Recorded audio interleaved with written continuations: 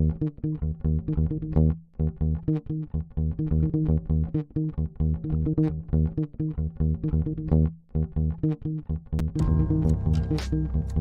October 2019, Arlington, Texas was chosen to be the home of a new national museum, unlike any other. The National Medal of Honor Museum will be a unique home of military history. The 100,000 square foot museums will house exhibits, archives, and artifacts relating to the 3,500 U.S. troops who have been awarded the medal, the nation's highest honor for valor in combat. The museum will have 31,000 square feet of galleries dedicated to U.S. troops who have received the award. The museum CEO, former Navy SEAL and NASA astronaut Chris Cassidy, said the museum will focus on education as much as preservation. The building will have 5 areas dedicated to Medal of Honor winners from the Army, Marine Corps, Navy, Air Force, and Coast Guard. The main gallery will be located in a central plaza under a 25,000 square foot slab of steel, which will appear to be suspended in midair. It will be supported by 5 pillars. Black Rifle Coffee is a corporate sponsor of the museum, as are the Dallas Cowboys. The museum's board also includes over a dozen major corporations and 6 Medal of Honor recipients, including David Bellavia, Patrick Brady, and Britt Slabinski. Army Staff Sergeant Bellavia was awarded the medal for clearing an entire house by himself on November 10, 2004, as a squad leader in support of Operation Phantom Fury in Fallujah, Iraq. He killed 4 enemy fighters and wounded a 5th in close quarters battle. Army Major General Brady flew and coordinated the evacuation of 51 seriously wounded men during a firefight in Vietnam in January 1968. Slabinski, a Navy SEAL chief and team leader, led a rescue team of SEALs during Operation Anaconda in Afghanistan in March 2002. Slabinski and his team flew to a mountaintop ambush site to rescue Petty Officer First Class Neil Roberts, who had fallen from the back of a helicopter. Slabinski led the team through almost constant combat against an entrenched Taliban force. Along with the board members, former presidents Jimmy Carter, Bill Clinton, George W. Bush, and Barack Obama serve as honorary directors. The museum is expected to open to the public in late 2024.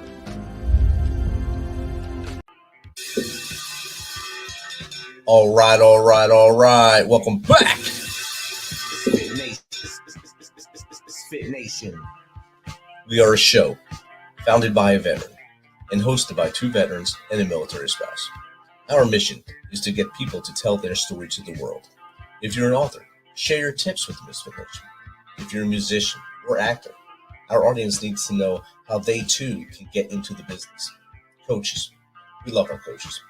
Come on and share some of your tips with the Misfit Nation to help them become better versions of themselves. If you're a corporate leader or an entrepreneur, come on and share how you did it and how hard you have fought for success. If you're a veteran, first responder, or Gold Star family, we would love to have you come on and just share your story with the Misfit Nation. We always have time for you. If you're feeling down, alone, or starting to see the darkness, stop. Think about those who are around you. You are not alone. You will be missed. If you feel like your problems will be a burden to those in your inner circle or are embarrassed, dial 988. If you are a veteran, take option 1.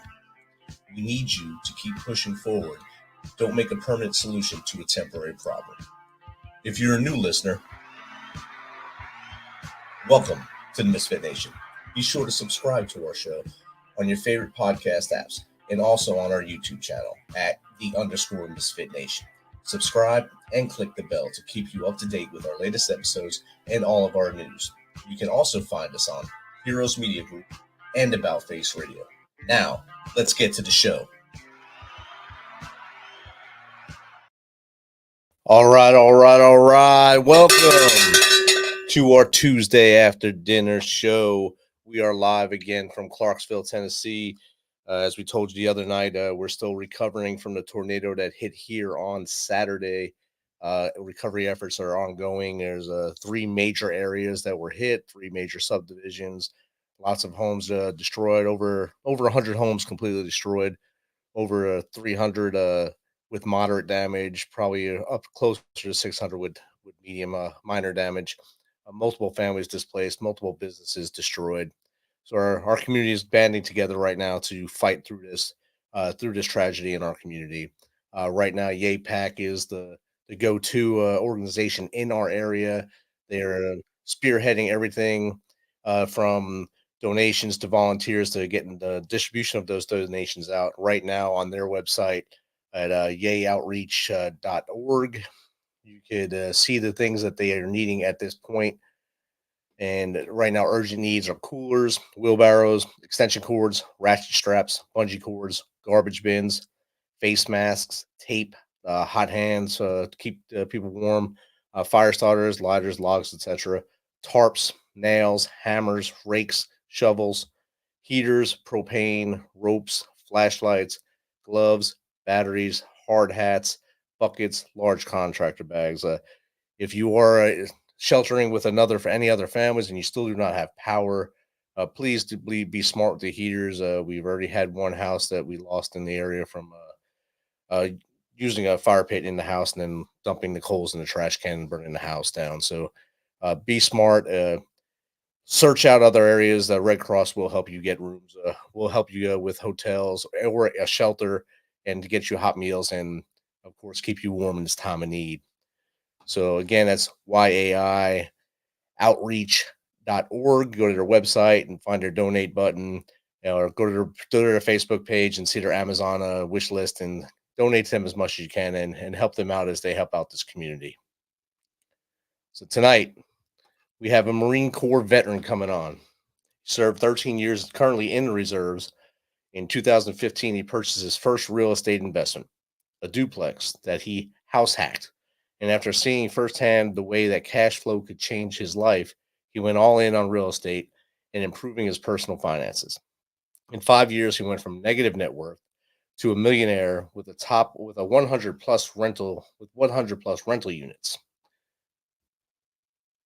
So without further ado, let's welcome David Pere to the Misfit Nation. Welcome, David. What up? Hope I didn't butcher your name there. Nah, you're all good. All right, brothers. Welcome. I didn't get to talk to you before. You had some glitches coming on, but you got on just in time. So thanks for being here. I read your email asking me to be 5 minutes early as I was signing on at the last minute because I was, grabbing dinner with a friend and didn't see it earlier. It happens, brother. It happens. So I just gave basically a 2-sentence verbiage on you, David. Let's give a little more for the audience from as far back as you want to go to why you chose the Marine Corps and how we got to where we are now. Yeah, 08. I was born in Cali, but I grew up in Little Rock, Arkansas, and didn't know what I wanted to study in school, didn't have money for school, didn't like school, and wanted to leave Little Rock. So what better way than joining the military, right? And so I talked with all the recruiters, and the Marines just fit my personality best. It seemed like the thing to do. Every branch has their own kind of personality, and I like the Marine Corps recruiter the most. So I was like, screw it, that sounds good, let's do it. So joined in 08, and I made all the typical mistakes that everyone makes. I spent all my money on tattoos and booze and women and cars and Harleys and all the things. And 2015, I found myself on recruiting duty with just working a lot of hours and not having set myself up financially in any way. And somebody handed me the book Rich Dad Poor Dad. I read it and I was like, wow, this whole cash flow thing makes sense. Let me read more on this. So I started reading more books, and within 4 months I'd bought a duplex. I lived in one half, rented the other, and I went from paying like $550 a month for a 2-bed 1-bath apartment to basically being out of pocket like $175 a month for owning one. I was like, wow, this is cool. I'm saving money and I own a house. And then when I moved out and that house started paying me, I was hooked. And so we just kind of, we scrapped and scrounged and saved and leveraged and figured out how to keep pushing. And it was great. I went from that first duplex at the negative net worth in 2015 to, quote unquote millionaire, but more importantly, just not having to take a job when I left the military in 21. That's always a good thing right there. You transitioned into you. So that's good right there. Are you still in the reserves at night now or no? I have no idea. I did the the IMA, right? So like 30 days a year instead of one weekend every month. And I drilled once And then I've been trying to go back, and they just keep not having any use for me. And so I think it's just because there's a crusty GS who doesn't like me, because I didn't tell him what he wanted to hear all the time, like everyone else who was worried about getting promoted. And so when I left, tried to come back, like, I don't know. So they haven't kicked me, as far as I know. I mean, I got promoted to gunny last year, and they haven't kicked me out of the reserves, but I also haven't drilled in almost 2 years now. Actually, yeah, 2 years as of this week. So, yeah, I don't know. I'm still technically in the system, and I suppose if we kick off a war, I might get a phone call, but they haven't had a use for me for the last 2 years, so who knows? We'll call you on the bench then. Yeah. Yeah, it's So, interesting. When you got into real estate, did you have any mentors that helped you as well, or it was just by reading the books and a trial by fire, I guess, for you? Yeah, in a lot of ways, I would consider books and podcasts, and YouTube University to be the mentors. But then as time went on, and that first, probably within the second year, I started really just networking with other people who were doing it. And, I don't really like I think the mentor word in real estate is kind of overused, and people are always like, will you be my mentor? And I kind of just viewed it as like, I tried to form as many relationships with successful investors as I could. And then if I ever needed anything, I knew I could ask, and so I've got kind of people in every space that I guess technically you could consider a mentor, but I don't have like a single person that was like holding my hand. Awesome. And what made you come up, besides your success, what made you come up with the idea of helping your brothers and sisters as they come out of the military to take that next step like you did? It was kind of an accident. I had a journal and a mission log when I was in Afghanistan. And so I was thinking about writing a book at some point about just, what normal people in Afghanistan went through. Like there's all the books from SEALs and, all the crazy Medal of Honor stories and all the people who did all this crazy stuff that write books. But I'm like, well, what about like the motor T guy who just lived kind of a normal life and still saw some stuff, but did a bunch of stupid things?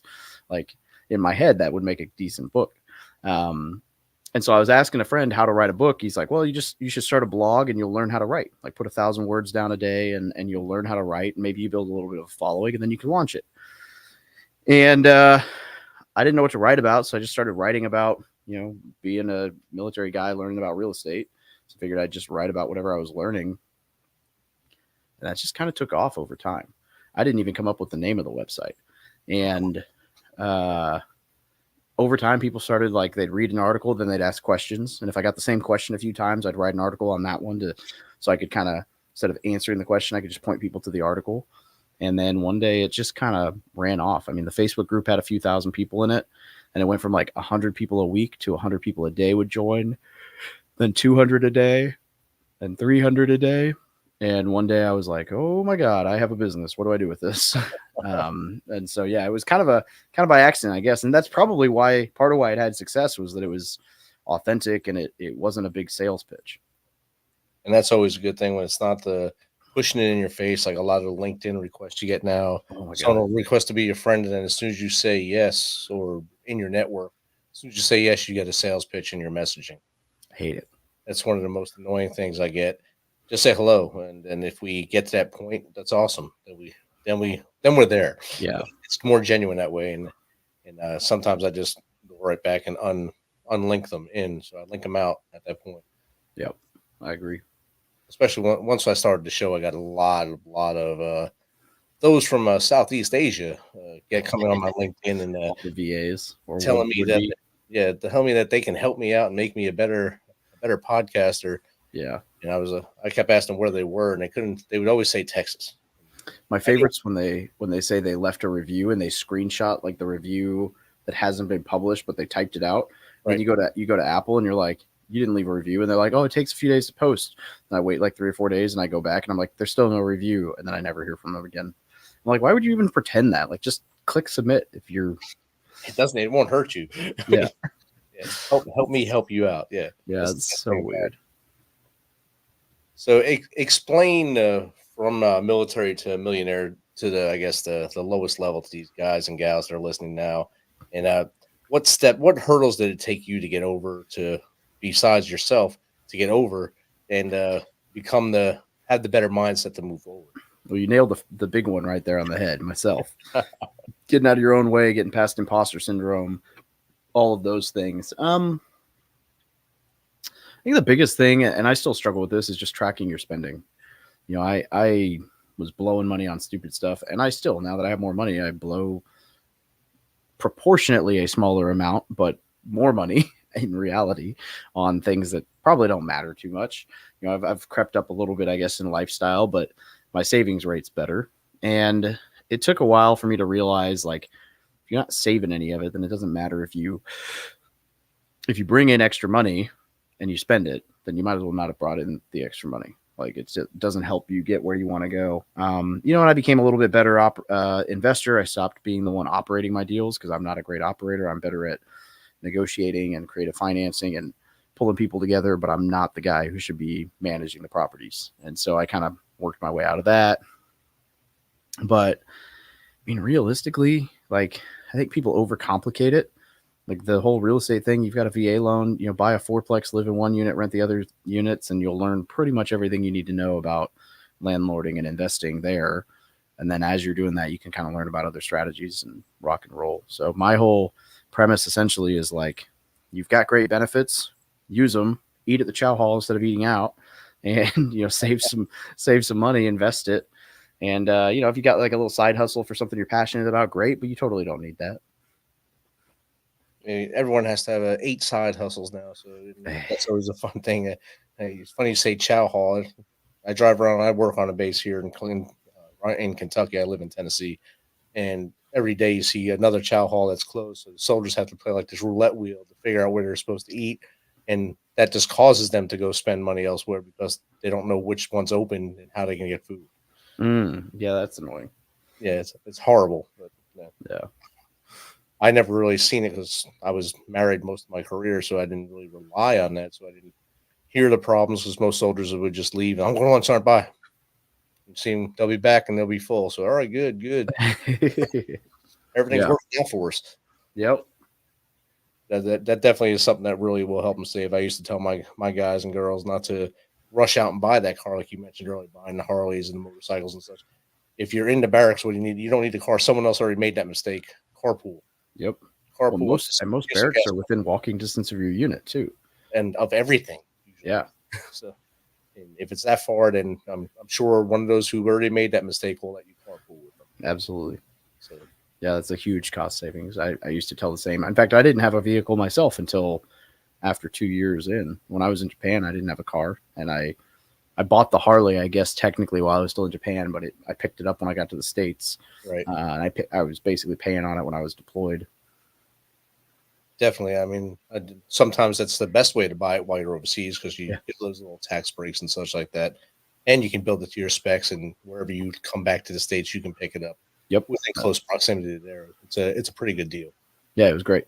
It was pretty funny because I was like, "Hey, Dad, I need you to drop me off at the Harley dealership for something." He's like, "Have you ever ridden a motorcycle?" "I'll learn." And I rode it home. I'll figure this thing out. Actually, no. The dealership wouldn't let me when they found that out. They're like, "Wait, you have a license, but you've never been on one?" I was like, "Yeah." They're like, "We'll take it to your house." And so they took it to the house. And then as soon as they got to the house, I hopped on it and I figured it out. I mean, at least you figured it out without destroying the bike. So. Yeah, I did lay it down, but it was like, didn't really count. It was, I turned down some stupid road that was like a really tight cul-de-sac that even now, as an experienced rider, I couldn't have turned around in without stopping and 3-pointing. And it was on a little bit of an incline. So when I went to 3-point it, it was enough of an incline that my foot didn't touch the ground and the bike just like slowly, but it landed on me and it wasn't even hot. So I just picked it back up and finished the turn. So technically I wrecked it, I guess, on day one, but you wouldn't have been able to tell by looking at the bike. So, I mean, that's a good thing. And me, I'd probably crash a bike as soon as I got on it because I'd hit something wrong right away and I'd be flying over the handlebars. Oh, no thanks. I have hit a few weird potholes in my day. And those can't be good either. No, not fun. Not if you're going fast. Exactly. And besides the real estate business, you also have your books, you have your podcast, and you also have a blog. Which one is your favorite thing to do with the 3? Of those 3, probably the podcast. Oh, the podcast? Okay. Yeah, you get to connect with other people and hear good stories, ask questions. The blog, I haven't been writing as much as I used to, and kind of put pause on the books that I wrote these two, but I kind of put a pause on the books I was working on. And yeah. And you also have courses on your website as well. You have your 0 to 1, how to find off the market deals, and personal finance 101. Yeah, the personal finance is 100% free. It's just if you open that up, it's like 3 different versions of the course. So it's me giving a PowerPoint presentation that I used to give to my unit that I made look pretty for the presentation. Then it's me doing the exact same thing, but it's just one video per slide, and I go into more detail on each topic. So it's like twice as long, but it's broken into a bunch of different videos. And then there's also, you can just download the PowerPoint so you can present it to your unit. Because I just wanted it to be a way for people to say, hey, like basic, it's just super basic wavetop stuff. But it's like, this is like, you can break this down in a way that people understand it. So you can like watch me give the presentation once and then download the PDF or the PowerPoint and go give it to your unit. That was kind of the intent. The other 2 courses, they're good. If you're wanting to get into rental properties, that one's great. If you're wanting to find off market deals, that one's, they're both like basic stuff. I would say the one like really valuable resource we have is I run the War Room Mastermind, which is basically, it's a community. It's a monthly or annual subscription based thing that is just for service members and vets. And so, if you join that, you get access to both those courses for free, as well as some other stuff, as well as like 120 guest speaker recordings and member presentations, master classes, and a community of people that are like serious about achieving the same goals you are. And so as far as like military communities go, it's probably one of the most supportive ones out there. It's great. So it's a good place. I love it. I launched it just because I wanted an excuse to hang out with people that were serious about doing the same stuff I was. And then now we've got 282 members. So that's awesome. Yeah, it's wild. We did an in-person event in Tampa this year. We're doing one in Keystone in 3 months that we're going to go skiing on. Oh, yeah. So it's gonna be a good time. And how does someone become part of that? I mean, I would just say probably hit me up on Instagram, but there's a link on the website, but it's basically just an application where we go and confirm. Basically, the biggest criteria is, did you serve in the military or are you currently? And if not, sorry. So yeah, that's pretty much it. So that's pretty dang simple. Yeah. So Instagram or on your website. All right. Awesome. Yeah. And I see on your website, you actually get your book. You give your book for free. I think I just read there. Yeah. Get my book free. It's obvious. Yeah. I mean, it's the PDF copy, but yeah, it's totally free for anyone who wants to read it electronically. It's still a book. It is still a book. It's still got all the same information. Personally, I can't stand reading PDF books. I don't do Kindle well, and I don't have the patience to sit on my computer or the discipline to sit on my computer and not pull something else up to do. So some video games, yeah. Yeah. But it's still there and it still makes sense. So it's still free and you can still skim and get all the info you want. Awesome. And Dave, how does someone get in contact with you, maybe just to chat with you like we are right now? The easiest way to do it would be to go to thebestpodcastguest.com, which is the landing page where that free book is, and it has links to all my socials right under the book. So you can go to that website and be able to connect with me wherever your favorite platform is. I had the website I had from you is the one that's going across the bottom now from military to. Yeah, that works too. And I think it has everything on there as well. Absolutely, yeah. I think all of it's at the bottom. Oh, that's cool. Yeah. I forget StreamYard does all this cool stuff. Yeah, it's pretty wild. I love it. Yeah, it's great. So if you can give tips, 3 tips to the audience, which a lot of your brothers and sisters, veterans that are on here and first responders, what would that be to A, start to get that path to financial freedom, and B, be a better human as they move forward? I think the biggest tip is to filter who you take advice from. So your mom probably wants your best interest, but if you're trying to become a UFC fighter, you're not going to go to your mom for coaching. You're going to hire a fighting coach, right? A striking coach, a grappling coach, whatever that may be. Even though she has your best interest at heart, she's not qualified to teach you. Yet for some reason, when we get into real estate investing, people are like, they lose their mind and they're like, oh my God, my mom said I shouldn't do this. And you're like, well, does your mom own a house? Well, no. Okay. Does your mom ever owned a house? No. Does your mom know anything about rental properties? Well, no. Well, why'd she say you shouldn't do it? She said it's scary. Okay, well, maybe that's why she never did it. But why don't you talk to people who own 100 properties, 200 properties, 300 properties, don't work anymore because of their rental properties, and ask them how to do it, because they've already done it. They're probably more qualified to give you that advice, even if your mom has your best interest at heart. So I think that filter has served me well. I would say the other piece is just getting around other people who are doing what you want to do, right? Getting a group of like-minded individuals that'll challenge you and hold you accountable and all of that.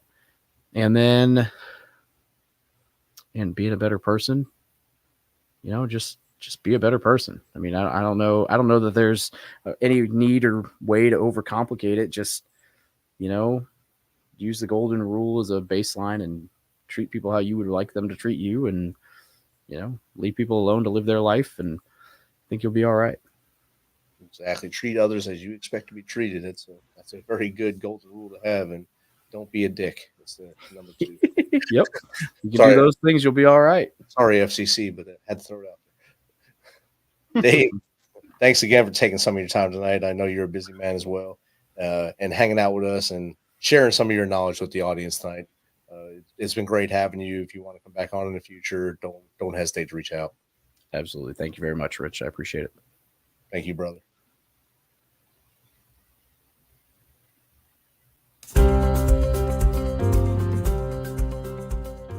This is a message from the U.S. Department of Veterans Affairs. Got a question about your VA benefits, healthcare, or eligibility? Go to va.gov, where you can access a new interactive chatbot to ask questions 24/7. One can still browse va.gov for information, but you can now ask specific questions to the chatbot, like what's the PACT Act? How do I apply for disability benefits? What's my claim status? You can access the new feature through va.gov's Contact Us page. Then click on the Start Chat button. The chatbot will continue to improve veterans' access to information about the benefits and services they've earned. This is one way VA is offering seamless and secure access to its online resources.